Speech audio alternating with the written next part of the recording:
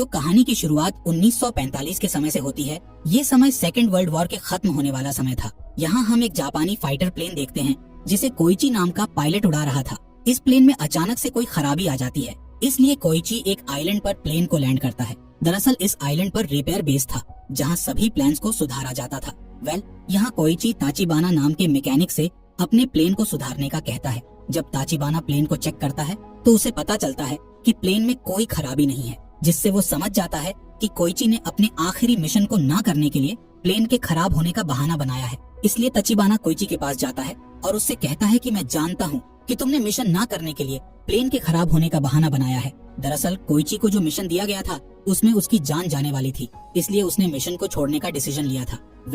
यहाँ कोइची ताचिबाना से घबराकर उससे दूर चला जाता है और समुद्र के किनारे बैठ जाता है। तब एक मैकेनिक उसके पास आता है और उससे कहता है कि तुमने जो किया वो सही किया, क्योंकि इस मिशन में तुम्हारी जान जाने वाली थी। थोड़ी देर बाद कोइची समुद्र में कुछ मछलियों को देखता है जो कि मरी हुई थी, जिससे उसे बहुत अजीब लगता है, लेकिन वो इस बात पर ज्यादा ध्यान नहीं देता है। इसी तरह रात हो जाती है और कोइची बेस पर आ जाता है, जिस दौरान वहाँ इमरजेंसी अलर्ट बजने लगता है, जिससे सबको लगता है कि दुश्मन उन पर हमला करने वाले हैं। लेकिन सर्च लाइट से आसपास देखने पर उन्हें एक बहुत ही बड़ा क्रीचर दिखता है जो कि समुद्र से उनकी ओर आ रहा था। इस क्रीचर का नाम गॉडजिला है, जो दिखने में बहुत खतरनाक होता है। सभी लोग उसे देखकर चौंक जाते हैं और उससे बचने के लिए छिपने लगते हैं। इस बीच ताचिबाना कोइची से कहता है कि तुम एक फाइटर हो और तुम्हें अपने प्लेन में बैठकर गॉडजिला पर हमला करना चाहिए। इसलिए कोइची अपने प्लेन में जाकर बैठ जाता है, लेकिन जैसे ही गॉडजिला उसके सामने आता है तो वो बहुत घबरा जाता है और डर के कारण गोलियां नहीं चला पाता है। ये देख ताचिबाना और उसके साथी अपनी गन से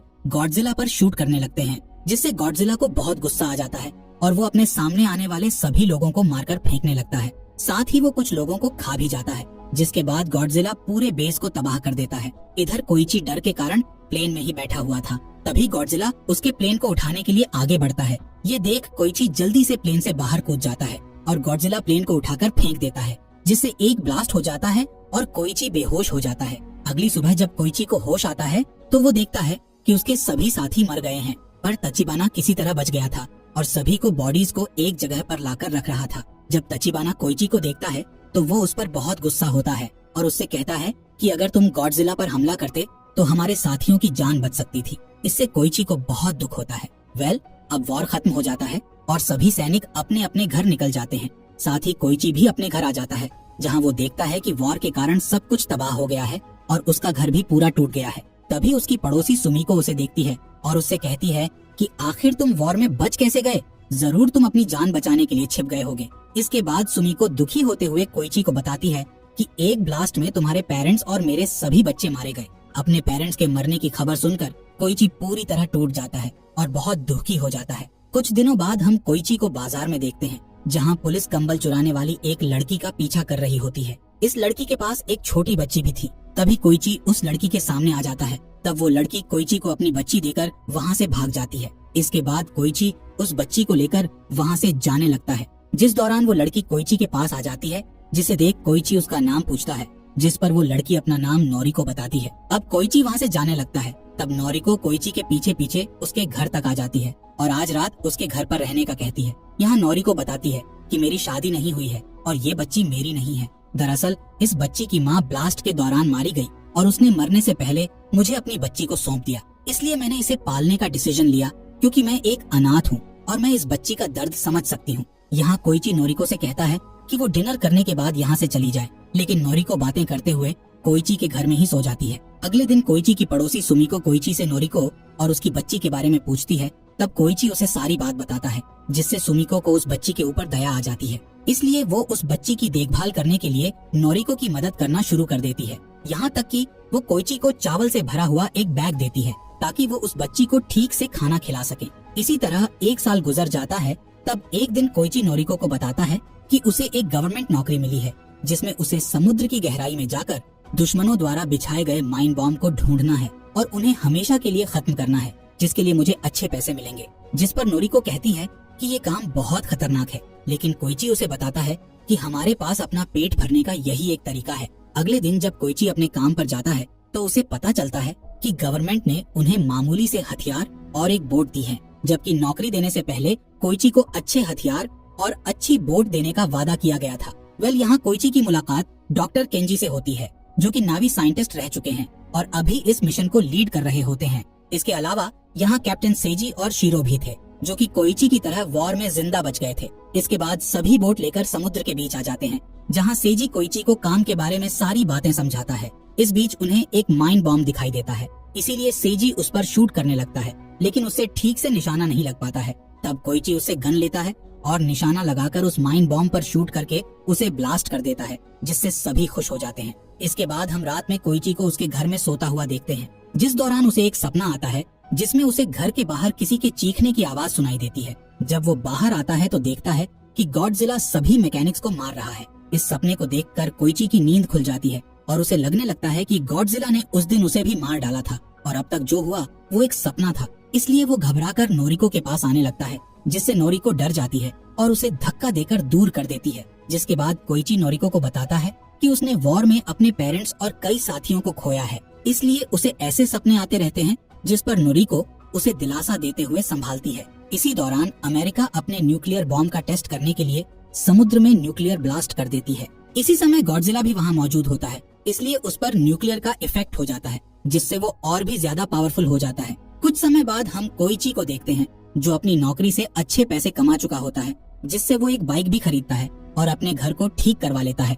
एक रात कोइची के घर पर केंजी, सेजी और शिरो डिनर करने के लिए आते हैं। यहाँ सभी को लग रहा था कि नोरिको कोइची की वाइफ है।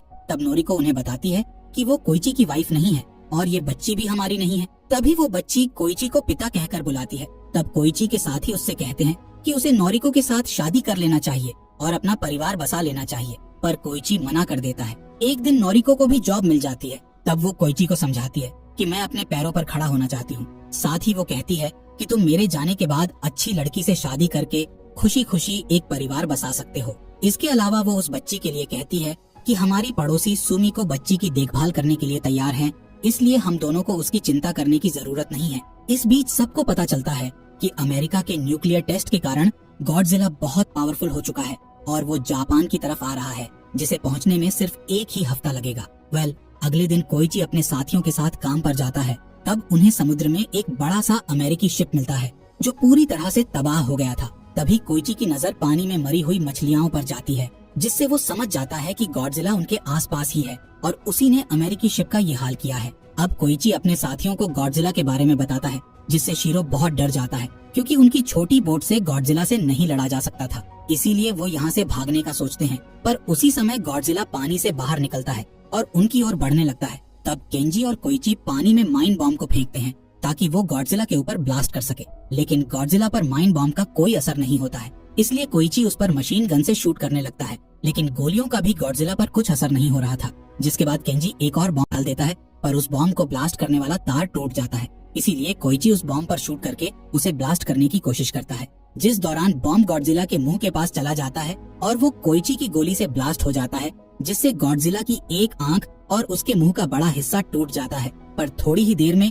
गॉडजिला के घाव ठीक हो जाते हैं और वो गुस्से में पानी से बाहर निकलकर बोट पर हमला करने लगता है। इसी दौरान वहाँ जापान की आर्मी आ जाती है और गॉडजिला पर अंधाधुंध गोलियां चलाने लगती हैं, जिससे गॉडजिला और भी ज्यादा गुस्से में आ जाता है और आर्मी वाली शिप पर हमला कर देता है। पर आर्मी उस पर गोलियां चलाना बंद नहीं करती है। इतनी गोलियां लगने के बाद गॉडजिला बहुत घायल हो चुका था, इसलिए वो समुद्र में चला जाता है और फिर अचानक से बाहर आकर आर्मी की शिप को एक पल में खत्म कर देता है। जिसके बाद गॉडजिला दहाड़ता हुआ टोक्यो शहर की ओर जाने लगता है, जहाँ नोरिको ने अभी अभी जॉब ज्वाइन की थी। कुछ समय बाद हम कोइची को एक हॉस्पिटल में देखते हैं। वो अपना इलाज कराकर घर जाता है।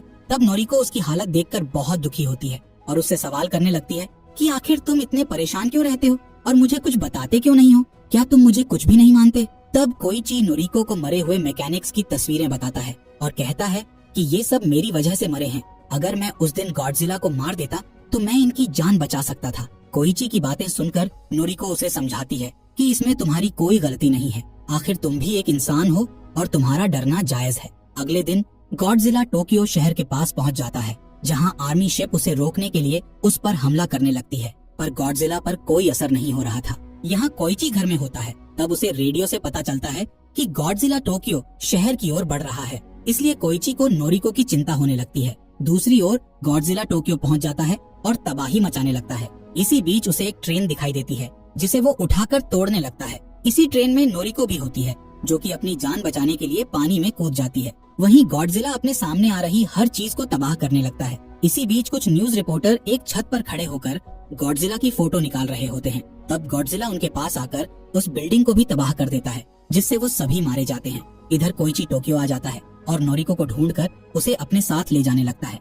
इसके बाद वहाँ आर्मी आ जाती है और टैंक से उस पर हमला करने लगती है। लेकिन गॉडजिला पर कोई असर नहीं हो रहा था, बल्कि अब गॉडजिला के चमकते हुए पंख बाहर निकलने लगते हैं, जिसके बाद गॉडजिला के मुंह से न्यूक्लियर लाइट्स बाहर आने लगती हैं, जिससे शहर में एक न्यूक्लियर ब्लास्ट हो जाता है और शहर का अधिकतर हिस्सा तबाह हो जाता है। इसी बीच गॉडजिला अपने मुंह से न्यूक्लियर की एक लहर नोरिको की ओर फेंक देता है, इसलिए नोरिको जल्दी से कोइची को धक्का देकर दूर कर देती है और खुद उस लहर की चपेट में आकर मर जाती है, जिससे कोइची अपने घुटनों पर गिर जाता है और नोरिको की मौत से बहुत दुखी होता है। इसके बाद गॉडजिला वहाँ से जाने लगता है। तब कोइची उसे देखकर गुस्से में चिल्लाने लगता है। कुछ समय बाद न्यूज पर बताया जाता है कि गॉडजिला के हमले में 30,000 लोग मारे गए और 20,000 बिल्डिंग्स तबाह हो गई। इधर सभी नोरिको की मौत से दुखी थे, जिस दौरान केंजी कोइची को बताते हैं कि गवर्नमेंट ने गॉडजिला को मारने के लिए हमारे जैसे लोगों को चुना है। इसके बाद कोइची और उसके साथी एक मीटिंग में जाते हैं, जहां आर्मी कैप्टन ने उन लोगों को बुलाया था जिन्हें गवर्नमेंट ने गॉडजिला को मारने के लिए चुना था। यहाँ कैप्टन सभी से कहता है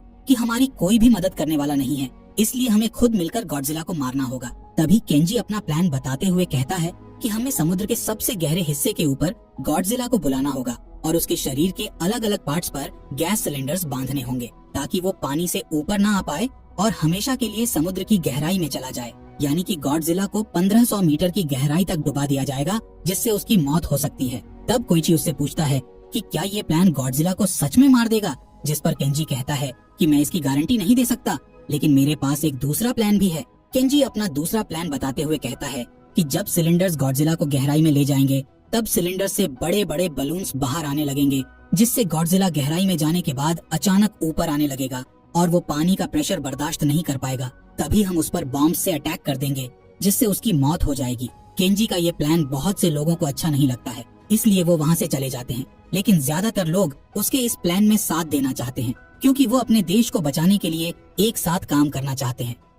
अब कोइची और उसके तीनों साथी एक बार में बैठे होते हैं, जहाँ केंजी अपने साथियों को बताता है कि हम गॉडजिला को अपने ट्रैप में फंसाने के लिए उसकी दहाड़ वाली रिकॉर्डिंग चलाएंगे, जिसे सुनकर वो टोक्यो शहर में आ जाएगा और हम उसे अपने ट्रैप में फंसाना शुरू कर देंगे। तभी कोइची कहता है कि मुझे एक फाइटर प्लेन चाहिए, ताकि जब गॉडजिला शहर में आए तो मैं उसके ऊपर अटैक करके उसका ध्यान तुम लोगों से दूर कर सकूं। तब केंजी बताता है कि उसके पास एक फाइटर प्लेन है, लेकिन उसे ठीक करने के लिए किसी मैकेनिक की जरूरत है। ये सुन कोइची को तचिबाना का ख्याल आता है, इसलिए वो उसे ढूंढने का सोचता है, लेकिन उसे तचिबाना का एड्रेस नहीं मिलता है। इसलिए वो हर एड्रेस पर लाटर भेजना शुरू कर देता है, ताकि किसी तरह तचिबाना तक लाटर पहुंच जाए। एक दिन कोइची पर अचानक से कोई हमला कर देता है, जिससे वो बेहोश हो जाता है। जब उसे होश आता है तो उसके सामने तचिबाना होता है। दरअसल तचिबाना ने ही कोइची पर हमला करके उसे बेहोश किया था और अपने साथ घर ले आया था। यहाँ तचिबाना कोइची के भेजे हुए लेटर्स से गुस्सा होता है, क्योंकि कोइची ने लेटर्स में लिखा था कि आइलैंड पर जितने लोग मरे थे उसका जिम्मेदार तचिबाना है। दरअसल कोइची ने इस तरह के लेटर्स इसलिए लिखे थे ताकि तचिबाना को गुस्सा आ जाए और वो उसे ढूंढते हुए उसके पास पहुंच जाए। खैर, यहाँ कोइची तचिबाना से गॉडजिला को जान से मारने का प्लान बताता है और कहता है कि मैं अपनी गलती सुधारना चाहता हूँ और गॉडजिला को मारकर हम देश में रहने वाले सभी लोगों की जान बचा सकते हैं।